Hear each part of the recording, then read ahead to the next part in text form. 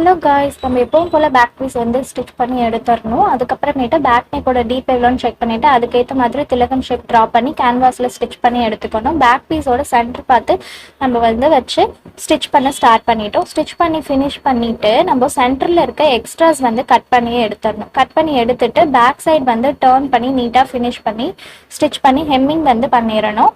அதுக்கப்புறமேட்டு சைடு வந்து திலகம் ஷேப்பில் வந்து இருக்கிறதுக்கு பக்கத்தில் நம்ம லீஃப் ஷேப் வந்து ஃபிக்ஸ் பண்ணணும். ஃபிக்ஸ் பண்ணிவிட்டு அதில் நம்ம ஸ்டிச்சிங் வந்து எப்பவும் போல் ஃபினிஷ் பண்ணிவிட்டு எக்ஸ்ட்ராஸ் இருக்க சென்டர் பார்ட்டை வந்து கட் பண்ணி எடுத்துடணும். எடுத்துட்டு அதே மாதிரி நம்ம பேக் சைடு டேர்ன் பண்ணி ஹெம்மிங் வந்து பண்ணி ஃபினிஷ் பண்ணிடணும் நீட்டாக.